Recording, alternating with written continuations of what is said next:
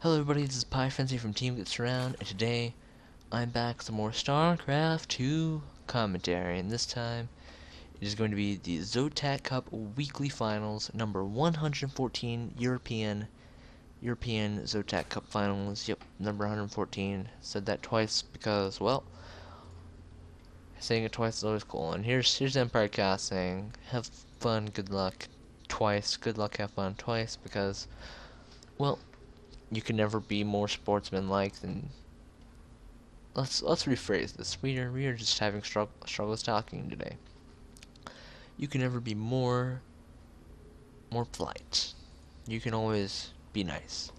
But since this is game one, we gotta introduce the players. In the top right, in the green, we have EmpireKas playing Terran, and in the bottom left of Daybreak, because I almost forgot to say that, we have Team SCV Life's Hyun playing Zerg, which I find ironic because he's on Team SCV Life, which is Terran minor. Yeah. Okay, so we're gonna talk about the players as their beginning builds go down and stuff just happens. TSLHyun, we'll start with him. He is he's a fast learner here. Within the first month of the game, he became masters, which well, I'd have to say within the first month of me playing this game, I wish I was Masters, but yeah, and I've seen him around in a lot of matches, especially the GSL Code A matches, because that is where he is currently seated, which is GSL Code A, which I know some of you will be like, dude, GSL Code A, I only want to see GSL Code S. But keep in mind that GSL Code A is also very, very good because, well, a couple mistakes and boom, you're out of Code S and into Code A. So imagine a bunch, say, 4 Code S players, you know, they just had a little bit of a squander. They messed up. And now they're in Code A. Well, imagine having Code S players against Code A players. And really, there's such a thin line that I think Code S and Code A really are like the same, they're pretty much the same. Obviously, one's higher than the other, but you get what I'm going for. So, TSLHyun, a very powerful player, along with his opponent EmpireKas, who has over 9,000 league wins on his European main account. That is impressive, my friend. He is he played a lot of Warcraft 3, but he wasn't the best, and really, StarCraft 2 was his main opening to just dominate all the RTS. We're gonna look at space so we stop lagging. You can look at that. How does this even work? How do you see this giant? I don't even know how this works. Like, whatever. But he's done quite well in TSL 3. He managed to, what is it? Became the first qualifier for the 2011 PokerStrategy.com TSL3 by winning TeamSpeak TL Open 8. Well, I'm assuming that's a weekly tournament, but he had a tough bracket for that. He defeated a lot of good players: Whiplash, Todd, Scott, and Naniwa, which is that is a tough player right there, Naniwa. I would never want to play against him, but not only has he done very well in European tournaments, but in some other non-weekly tournaments, as in the Homer J Xmas Cup 2010 and the Goopsoup Gamers Holiday Special, he had 3-0 victories over Mana and Show. Oh, I am missing my StarCraft 2. There we go. So EmpireKas, a very powerful Terran player as well. But after yammering away for a while, I think I missed what was going on here. I think we saw Command first for Kas. We saw Hatch first for Hyun. But Kas is following this up with 2 racks in Factory and a 3rd Command Center, so he's playing super economy. But his opponent here, he's Zerg. He's even more economy. Just look at that. He's got more drones, and we do see an overwhelming, well, not overwhelming, but a bit, 22 supply lead for Hyun, but a lot of that is in queens. As you can see, he has 6 queens, which is kind of a lot. And now Hyun trying to take a third, but Kas is just saying, I'm gonna stutter around and deny it. But he can't really deny it because these queens have a pretty good angle, and if he ran back here, well, he's got some buddies who like to nom on some marine bones. So he's gonna chill out here. Maybe try and get a few reinforcements. Maybe pick off a few overlords. He's already picked off a few. He lost some units, so he's making spine crawlers. I presume. No. Well, no, because that would be stupid. Because this is pro level game. No one would do that because he has no reason to. He's actually instead throwing down all of his extractors and getting double evo chamber. I like this style. Those double upgrades. Meanwhile, Kas is managing to even supply relatively well, mostly because, well, he's producing a lot of Hellions. And how many Hellions do we have on the field right now? 4. So he's going to be going up to 6. Now, if you saw my match of the Gopher S StarCraft February finals, we learned that Hellions can be costly. But we do see Kas's third now eventually in about a year gonna make it over here to his third. His third just gotta make it to his third. Yep. His third base has to make it to its landing zone, but there's a circle in there to say hello. But trying to move in here with some Marines and Marauders, but not looking like it's gonna turn out too well because he's got a lot of queens, but a lot of Hellions running into the drone line. It would have line them up. But one Hellion gets surrounded by the Zerglings, but these Hellions are already doing a lot of damage. But can they do enough damage to pay for themselves? He gets a nice surround and just completely destroys all the Hellions. And was it worth it? Well, Hyun has lost more. Let's look at the units tab though. There are less drones and SCVs, so that is good. We gotta look at the units killed. That's Control R. Only 7 workers killed. Not a lot. Keep in mind he lost 6 Hellions that he didn't have to make.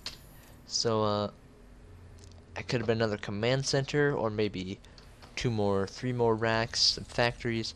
But it looks like he's going for heavy racks play here, making 3 more racks behind this. But I guess when you have 3 bases, you can afford to have 3 racks. But his counterattack is coming over here. Well, not really counter, but just an attack.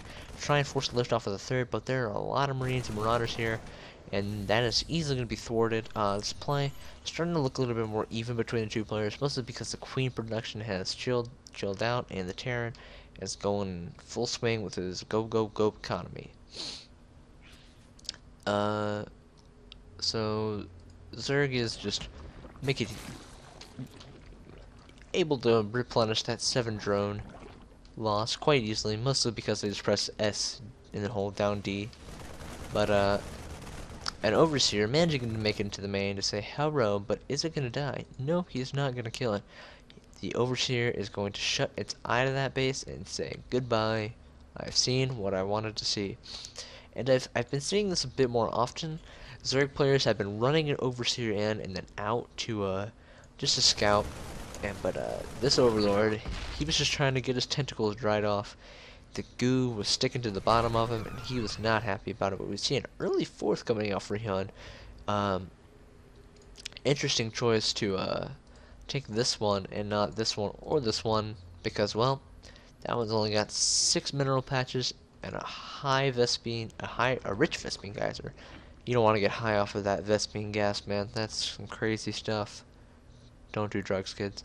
But I guess I can see why you would take this one. Much more easily defendable because, well, it's right in between all of your bases. But EmpireKas, huge supply lead right now. This is the power of Terran. Look at how much stuff he's doing right now. Siege tank, men and marines, +2/+2, tanks, medevacs, SCVs, supply depots, refinery, and factory. He is just going to town. Although the Zerg player, well, when you're on 3 bases, getting a 4th, well, you probably can't afford a lot too. But Kas has got a big supply lead here. Let's see. Can we look at the Army tab? That is not what I'm looking for. it is Army Supply as Control A. The Army Supply favoring cost by about 30, and the Worker Supply by about 11. There we go. Took me a second. So Costa's got a big lead here. I don't want to see that. So he is probably going to try and push out and do a lot of damage here. However, Hive is about to complete for our Zerg player, and is there a greater Spire? Or a Spire of any sorts? Probably, I just haven't seen it. Or maybe the Hive is for 3-3, because 2-2 is almost done, so he could quickly go into 3-3. But the Zerg's got a big ball of Infestor, Ling over here, and +2/+2 almost finished for both players. So I think Casas wanted to hit a timing attack here, but it's not really going to be a timing attack for him. But he needs to be careful. These Medivacs only loses one. Not the worst. Is he actually going to lose it? Yes, he does. The Marine skedaddles on out just in time. But Kas setting up his fourth as well. He says, "Well, I'm gonna set up my fourth. You set up your fourth, I'll set up mine." But +2/+2 just now finished for the Zerg player. Also finished for the Terran player, Kas here. But look at all these creep tumors. They're just looking pretty. And scans and remove so many. Could go to the bottom of the ramp and try and take out a lot more. But when you have this many creep tumors, really, what are you gonna do? He's gonna try to put on a little bit of damage at the hatchery, but at the main, we have a siege tanks blocking the front. A lot of damage being done to these Zerglings, but they're not actually losing any Zerglings.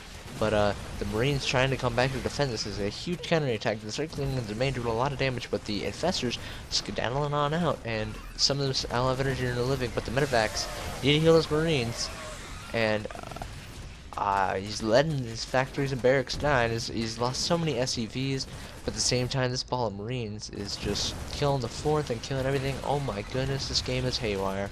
And he's not killing these Zerglings. He's saying, "You can have my gas," but these SCVs barely survive, and probably needs to repair this.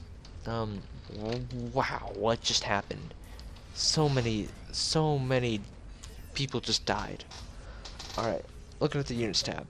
Oh my gosh. Alright, Zerg player, taking a 5th. Our Terran's 4th, thwarted. But our Zerg player's 4th was also thwarted. So about even there. Zerg usually wants to be one base up, but now the Terran is behind in workers by 24. Not helping him out there, but he's moving on out, saying, I'm avenging my SCV buddies, sieging up the tanks for these Zerglings, but the Zerglings are here ready for the counterattack. They're saying, "Nope, you can walk into my base, or I can walk into yours." And what does Kas do? Do they say we'll do it live, or is he gonna turn it out? But a nice forest ready to repel this. So EmpireKas looking like he's just got way more units. Like, he's killed, although Hyun has killed 45 workers. That's kind of a lot. But when you have 4 CCs, you can usually replenish that. But I forgot the army. Control A. 143 to 63. I just think Kas at this point is unkillable. He played real well. He pushed out mid game, forced the Zerg to make a lot of units, and then killed it all.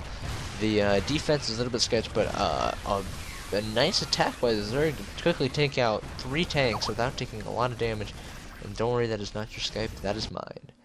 I may need to turn that audio down right now. Oop, never mind, I see a huge attack coming in. This is all or nothing. A huge fumble on all the Marines! Oh my goodness, the Banelings clean it up. Oh my goodness. Hyun, you mastermind genius. But a lot of Marines over here trying to take out the 5th, but the Fungal's pretty good, hitting all the Marines and all the Medivacs. But that was 2 Fungals. One more Fungal could kill the rest of these units, but decides to just let the Zerglings try and finish it. But he says, "Nope, I'm not gonna risk it." There's a scan, but the reinforcements for Kas are very strong, but they're also strong for Hyun, and we're about to see the final battle commence. The siege tanks sieging up with +1, our Terran player with +2/+2, and our Zerg player's just running for it. He's saying, "We gotta do it live," and Zerglings quickly melting under the siege tank fire, and Hyun GG and right on out. What happened to his infestors? Did they die? Did they die? I guess when he moved in, they quickly got focused down by the tanks. So, Hyun, pretty good game. But I think these ultras really would have helped him. Did he have chitinous plating already? He did have chitinous plating. So these ultras would have been, they would have been with 4 armor, or no, 5 armor actually. But I think a big deciding factor was Hyun lost 3rd, 4th, and 5th, while Terran kept on to his 3rd, his natural, and his main. Well, his main is about mined out. He did lose workers, but he didn't lose the actual base. And what really matters there is the creation time. So, overall, I think the attacks for our Zerg player were just not as strong as the attacks for our Terran player. And the defense by our Terran player was very strong. Although the attack here, the defense here is a little bit iffy. It's still pretty good. He didn't actually lose any buildings. He might have lost a few add-ons. That's not that bad. I think he had he didn't really mind. I don't think he minded losing the tech lines because, well, he didn't really care too much about marauders because, well, there were no ultralisks yet. But also another thing I want to note is these queens have a lot of energy. This one has 200. So, oh, actually, +3 was +3 done for. Oh, we gotta go back. I think we went back too far. There's chitinous plating. So those ultras would have been really strong. I think this engagement here, he just should have waited. Oh, did these infestors get sniped or something? Not the actual ability snipe, but just like owned. These are coming from behind, and what happens to the infestors? Oh, they walk into the fray under the medevacs and quickly, like that, get killed. So I think the engagement there, he should have just delayed those 4 ultras. I don't know if they would have made or break. They would have been make or break, but they would have helped a lot. But I think that's what happened that game, and this is game 1 of a 5-game series. This is ZOTAC number 114 weekly final for the European side, whatever. Thanks for watching, and there will be, if you like what you hear and watch, there will only be more, and it'll only get better, because, well, if I get worse, that's not what I want to do, and that will not happen ever. So once again, thanks for watching, and I'll see you guys in game number 2.